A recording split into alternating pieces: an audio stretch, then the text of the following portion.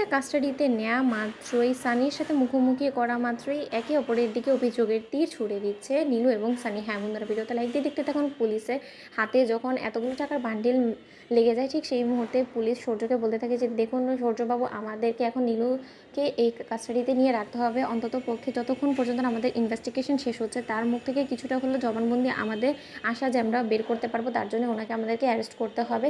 আর ওনাকে কবে নাগাদ আমরা ছাড়বো সেটাও আমরা এখন নিশ্চিতভাবে বলতে পারছি না। কথা বলা মাত্র সূর্য বলতে থাকে যে দেখুন অফিসার, আমার ওয়াইফ যেখানে বলছে যে ও এই টাকা সম্পর্কে কোনো কিছু জানে না, সেখানে ওকে বিউরো রুমে নিয়ে আটকে রাখার কি মানে আছে? এই কথা বলা মাত্র অফিসার বলতে থাকে যে দেখুন সব অপরাধী কিন্তু প্রথমে নিজের অন্যায়গুলো স্বীকার করতে চায় না, কিন্তু যখন কিনা তোপের মুখে পড়ে তখন অবশ্যই তাদের স্বীকার করতে বাধ্য হতে হয়।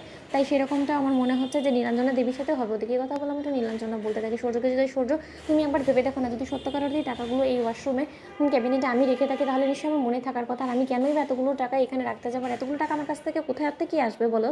এই কথা বলা মাত্র নীলু বলতে থাকে যে সূর্য তুমি একবার ভেবে দেখো না, মনের বলে তুমি হয়তো এই টাকাগুলো ব্যাংক থেকে এনে রেখেছো, তুমি হয়তো এখন মনে করতে পারছো না। কথা বলা মাত্র সূর্য বলতে থাকে যে নীলু তুমি কী সব কথা বলছো বলো তো?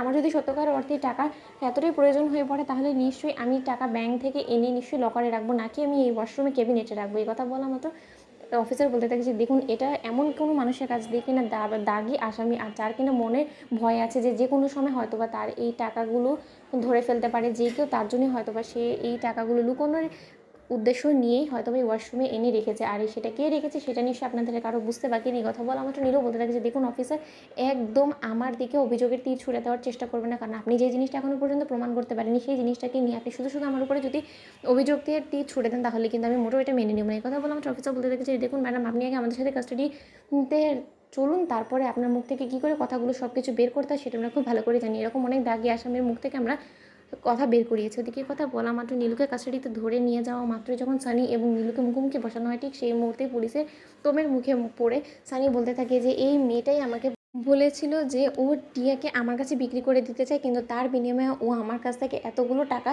চেয়েছিল, আর সেই ডিমান্ড অনুযায়ী আমি ওকে সেই টাকাগুলো দিয়েছি। আর সেই টাকাগুলোই ওই টাকা যে টাকাগুলো অফিসার আপনি ওর বাড়ি থেকে উদ্ধার করেছেন। ওদিকে এই কথা বলা মাত্র নীলু বলতে থাকে যে মিথ্যে, ও পরিষ্কারভাবে মিথ্যে কথা বলছে, তার সত্ত্বেও আপনারা জেনেও কেন ওনাকে এখনও পর্যন্ত শাস্তি দিচ্ছেন না, আমার সেটাই মাথায় ঢুকছে না অফিসার। আর সানি, তোর কাছে কী এমন প্রমাণ আছে যে এই টাকাগুলো তোর দেওয়া টাকায় এই টাকাগুলো আমার বরেরও হতে পারে বা আমারও হতে পারে? কথা বলা মাত্র অফিসার বলতে থাকে যে কিছুক্ষণ আগে তো আপনি বাড়িতে বললেন যে আপনার কোনো রকম কোনো টাকা এতগুলো আসার কোনো রকম কোনো কথা না, এই টাকাগুলো আপনারা, তাহলে আপনি এখন হঠাৎ করে এটা কেন বলছেন যে এই টাকাগুলো আপনার হলেও হতে পারে? এই কথা বলা মাত্র সানি বলতে থাকে যে আর অফিসের সব থেকে বড় কথা, এই গোটা কিডন্যাপিংয়ের পেছনে এই মেয়েটার হাত ছিল। এই মেয়েটা প্রথম থেকে শুরু করে এখনও পর্যন্ত আমাকে হেল্প করে গিয়েছে, সকল বিষয় আগে থেকে জানতো।